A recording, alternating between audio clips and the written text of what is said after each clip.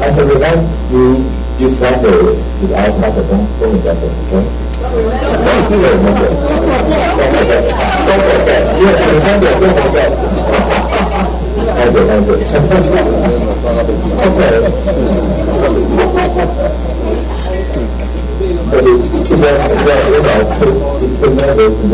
I still have 3 days, so you remember. The other thing I have to tell you about the matter, we went to Shanghai. Is the PO and the Japan and Japan is China, right? Now this constructed. On top of our quality, I will show him whatever, right? So, like that. Fellow is coming from there, starting at 5:19. Is our 各位空中好朋友，大家好，我是邱克中。And we will have some participants and other that narrow meeting next week, and there will be a board member meeting after today. And also, I would like to extend a big welcome back to Emma, because without her, the club is really not functioning. And congratulations to the wonderful recovery of your sister. And now I would like to turn the floor to our guest, honorable guest today, and your honor, Mr. John Riley. Well, thank you. It is so nice to be back in Daejeon. There are so many familiar faces here. I apologize to people whose names I didn't remember. So I was going to talk about Canada's First Nations because that's kind of my work. I was a judge for 33 years and I dealt with a lot of cases involving the Indigenous people in my area. And I've written a couple of books. I've just published the second one that I call Bad Judgment. It's about my own struggle with the administration because of my efforts to deal with Indigenous people in a culturally sensitive way. So anyway, I arrived in Taiwan a couple of weeks ago, and I flew in and took the bus over to the HSR and the HSR into Daejeon, and then I got on the bus downtown, and I thought I'm traveling kind of light. And I realized I had left my backpack on the HSR when I got off. So my brother-in-law phoned the HSR. They'd taken the pack off in Daejeon, and they said they'd bring it back the next day. And the next day I went to catch the bus back to the HSR station, and I went, no, he's a retired Taiwanese man.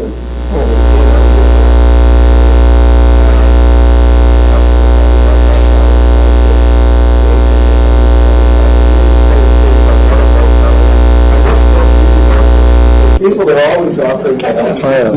Anyway, I told him I did, and we got talking, and I told him I left my backpack with my computer on the HSR.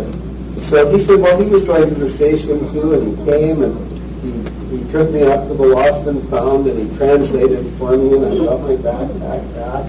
And then we wandered around the station together, and I mentioned that I had worked with Canada's natives. And the first thing he said was, "Oh, alcoholics." And you know, this is so sad to me because here I am, 15,000 kilometers away from home, and this really nice man, and the first thing that he thinks about when I talk about our native people is alcoholics. And I have worked at trying to make people understand. There's no question that the indigenous people have a huge problem with alcoholism. As a judge, I was very concerned because the indigenous people were overrepresented in our criminal justice system by about 10 times. They made up about 3% of our population generally, and they make up about 30% of our prison population.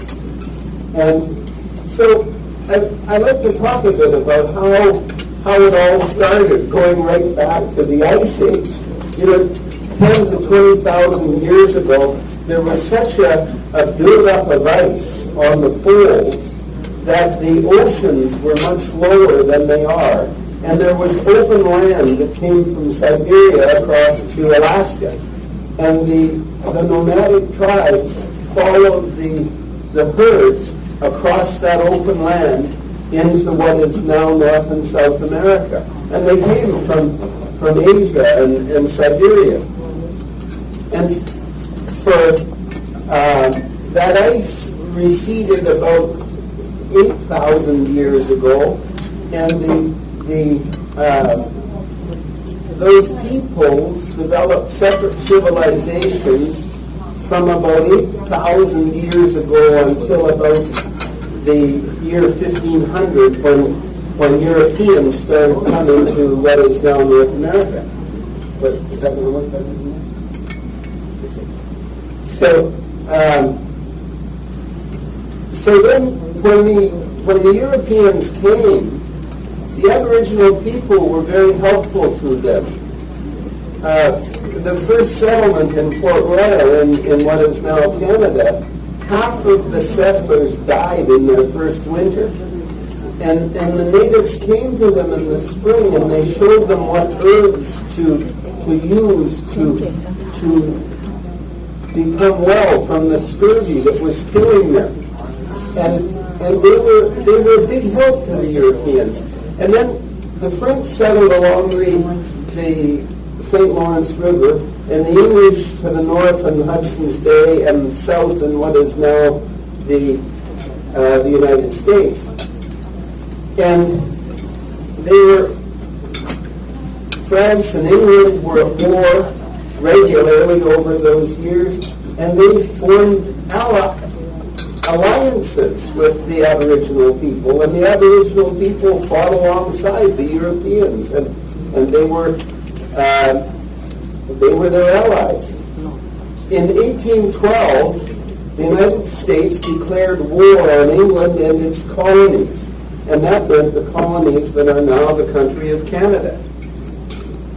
Tecumseh organized a confederation of Aboriginal peoples who supported the English and the Canadian colonies in preventing the United States from taking those colonies from England. So those Aboriginal people who fought for what is now Canada were very important in the creation of our country. And our country is a much more peaceful, gentle society than our neighbors in the United States. The United States has a murder rate which is 10 times that of Canada. And John Ralston Saul, who was the husband of our former Governor General, wrote a book in which that he calls Canada a Fair Country. And he talks about why Canada is a more peaceful place. And he gives credit to the Aboriginal people. The Aboriginal people in what is now Canada had a much more direct influence on the country that is there now. They were a much more gentle people. When the English and French were having their wars in Europe and in the New World, they would have a battle and they would kill hundreds of people. The best we can know about the Aboriginal people in Canada is that when they had territorial disputes, they settled them more with sporting events, with races and one-on-one competitions. And they didn't kill hundreds of people to settle a territorial claim. They settled them almost in a peaceful way. It wasn't until the Europeans came with their guns and started shooting a lot of people that there became battles where Indians did kill Indians by the hundreds. But it was something that they learned from the Europeans. So anyway, what Ralston Saul says is the reason the Aboriginal people had this much greater impact on the Canadians than on the United States is because Canada was largely settled by men who came to trade furs and by soldiers. And the immigration that came into Canada originally was largely single men, many of whom intermarried with the Aboriginal people, producing a mixed race. And our country has a far greater presence of Aboriginal people amongst us, whereas in the United States, the settlement was by religious groups that came as whole groups when the Quakers were chased out and other groups that were expelled went into the 13 colonies. And they were much more self-contained and insular, so that they didn't intermarry with the Aboriginal people as much as the people in the north had done. And they were also,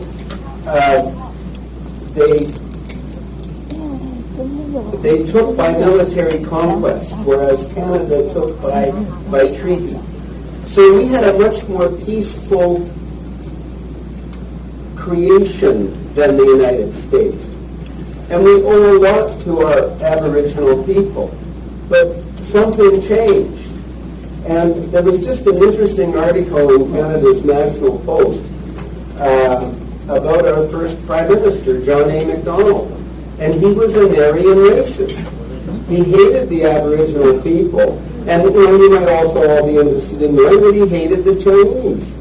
He was a very serious Aryan racist. And he established policies that were designed to destroy the Aboriginal society. He said that he was going to take the Aboriginal out of the Aboriginal child. And they established residential schools and made laws requiring all of the Aboriginal people to send their children to these schools, where the children were not allowed to speak their language, and there were almost half of the children that went into those schools died in those schools. So this not only hurt all of those children, but over 100 years of these policies, the society of these people was badly injured. And so, yeah, they have problems with violence, with children in care, with alcoholism, but they come by it honestly. There has been this program of trying to destroy them. And they put the sort of the development of the indigenous people into 4 stages. The first being when they were here on their own, in isolation. The second being the first contact and cooperation. And the third being the time from about the mid-1800s until about the mid-1900s, when there was this policy of assimilation. And from from the mid-1900s or even the late 1900s, there has now been a time of renewal and we hope reconciliation, even though Canada is still not doing well. Canada was one of the only countries that refused to sign the United Nations Declaration on the Rights of Aboriginal Peoples. And then that was in 2007. In 2010 it signed, but it signed a qualified signature saying that these were not legally binding things, these were only aspirational things. So I've tried to make it a job of informing people about why the Aboriginal people are the way they are, so that there will be some understanding of it. And if we've got enough time, I have a video which is going to take about 10 minutes, if Emma can get it working. It's a video that a friend of mine produced. There's the place where there was a residential school just south of the city of Calgary. There's quite a story to what happened recently with this school. So if you can get that going. There were children. It was the children. They took them away from their parents and put them in a strange place, gave them strange names, taught them a strange way, took their language away. They were children, they were just babies.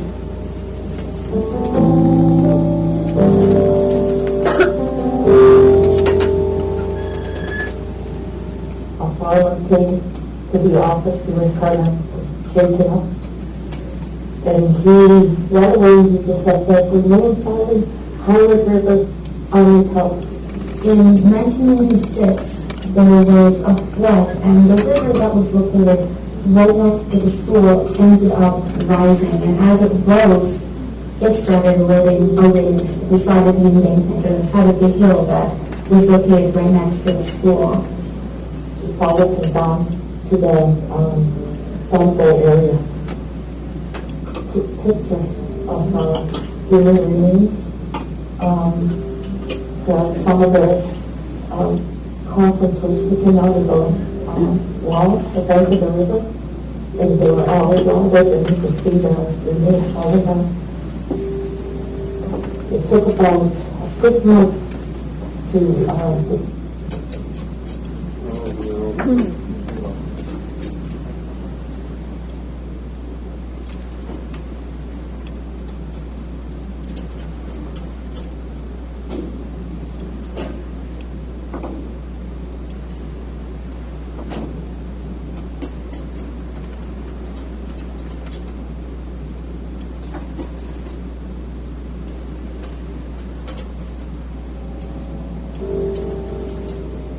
there were children that in a strange way, took their language away.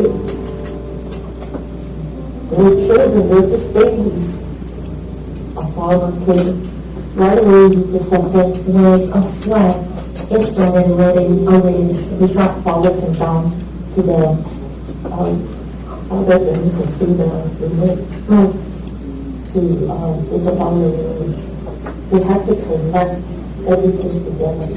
The children were dying of all the scarlet fever, croup, I think they used to call it, tuberculosis, the Spanish influenza, when the children were just dying suddenly, and they would up at sometimes 2 to 3 children at the same time. They just took the kids as soon as they died, and they just put them out. They didn't even say prayers over them. The bodies that were unearthed were recollected and reburied at a safer spot right next to the school in a mass grave, and 5 years later erected 2 plaques when these kids came to these schools. they didn't use their names. They were never allowed to use their language or their names ever again. They were assigned an English name and a number. And more often than that, it was the number that represented them. I think learning all the numbers was what caused the Strathcona Prison students to really care about this cause. It just changed our whole perspective on what we wanted this project to be. We wanted to return these names, even if they were English names, to the kids, because living and being known by a number is just a horrible, horrible thing that should never happen to anyone. My name is Benjamin Coleman, and I'm a grade 6 student at Strathcona Preschool School. I wanted to do some things to help people, and so I started to join HAWK, which stands for Humanitarian Outreach Program. So HAWK usually takes a project that focuses on the causes of poverty, and also it usually focuses on children, because we're children. And this year we decided to focus on education, primarily the education of First Nations. We looked at some of the stuff that was happening right now, we did it with Bill C-45 and things like that. And then we had a guest speaker, and she talked to us about the residential schools, and we soon learned that there was Dumbo Road, which is 15 minutes away from us. And we realized that these children are really different names, and we wanted to do something, so we can do something about it. My name is Alex Bates. I'm a grade 6 student at Strathcona Preschool School. So I think everyone in HAWK was shocked that we wouldn't know about this, or that we had no idea that it was this close to us. So I think everybody wanted a deeper connection to what this was feeling like, and I think that our Rosemary, our teacher, thought that the best way to do that was to actually walk on the soil that these children had walked on when they were there. I think everyone just wanted to feel that stronger connection to the place that actually going there. Primarily, by giving these children dignity, even when dead, they deserve to have a name, they deserve to be remembered, and these children can't just be forgotten as numbers. I think everyone was excited to see it, to see what it would look like, what it would feel like to be there.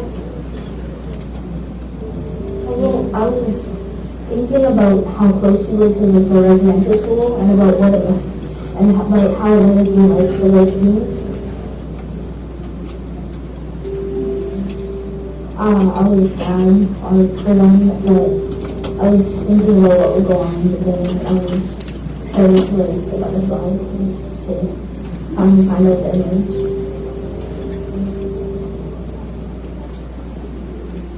We saw the building. The school had burned down, but it was still very shocking and surprising to see what those children are seeing, and seeing all the buildings that were on the old residential school.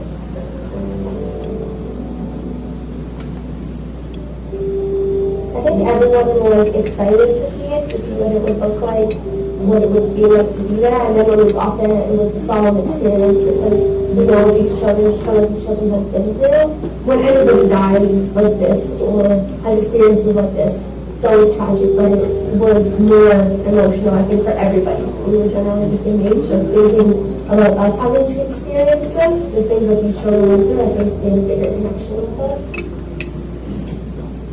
We went and we read some of the facts, and they told us a bit more about what had happened at the residential school. And I think it's a really important part of our history, and it can't be ignored. I think we need to face it.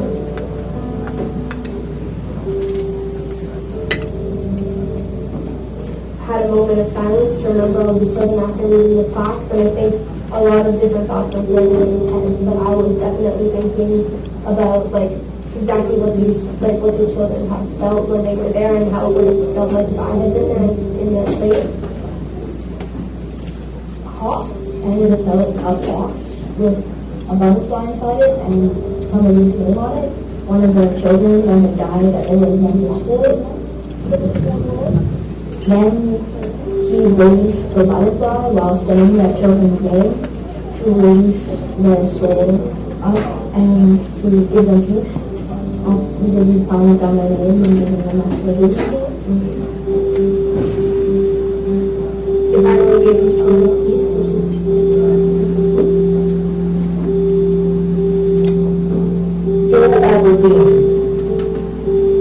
Simon Allison, Edward Arquette, Alan Reed Malawood, Narcissus Aya Austin, Jerry Batman, Moses Badger, Frank Dustin, John Dustin, George Dustin, Chris Dustin, Paul McCook, Nancy McCook,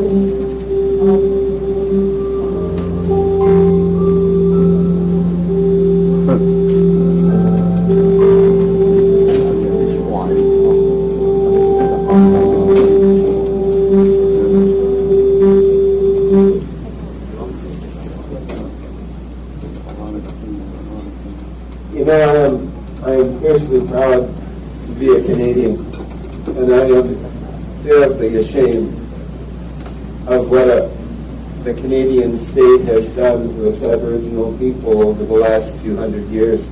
I really hope that this I think is just such an amazing thing.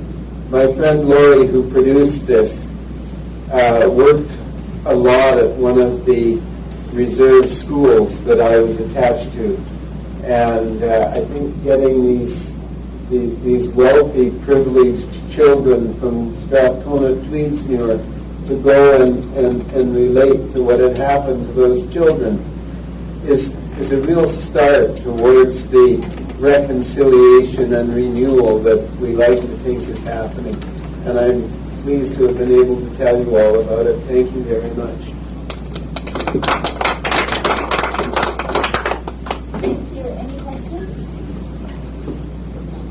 Oh, are you going to answer questions, Wendy? Yes, thank you. Well, thank you very much. Your talk is very informative about the Aboriginal people in Canada. You know that in Taiwan we are Aboriginal people. Yes, and you told me you were going to take me to an Aboriginal village, and that hasn't happened yet, but I hope it happens this visit. Yes, we have connection. As a matter of fact, our club has some service project in a certain Aboriginal village. I would like to see that so I can report back home about it. That's the responsibility of the president. Okay, we will keep in mind about that. I want to talk is about the Aboriginal law. You know, in Taiwan, we are not very fair to the Aboriginal people for a long time. But even now, the law, that the Aboriginal people has an issue that's you know, my son is also a judge. And he told me that the Aboriginal people in Taiwan, most of people do not know that they have an issue that we should have import jury system to help the Aboriginal people to have a fair judgment. Because in Taiwan, the law is made by the Han people, and the judge are all Han people, and they're all under the Han's culture. They don't know the Aboriginal people what they think and their custom. For instance, the Aboriginal people, they have a custom to hunt by guns. But it's not allowed by the Hans, by our law.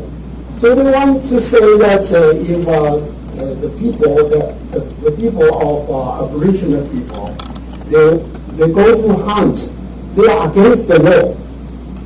So they want to ask that if we can import jury system, and the juries are all made by Aboriginal people.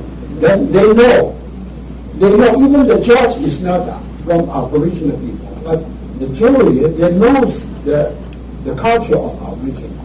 So then they have a fair judge, something like that. Well, this is something that Canada has started. Special court. Special courts healing circles, and the Criminal Code of Canada was amended in 1996, and one of the provisions was that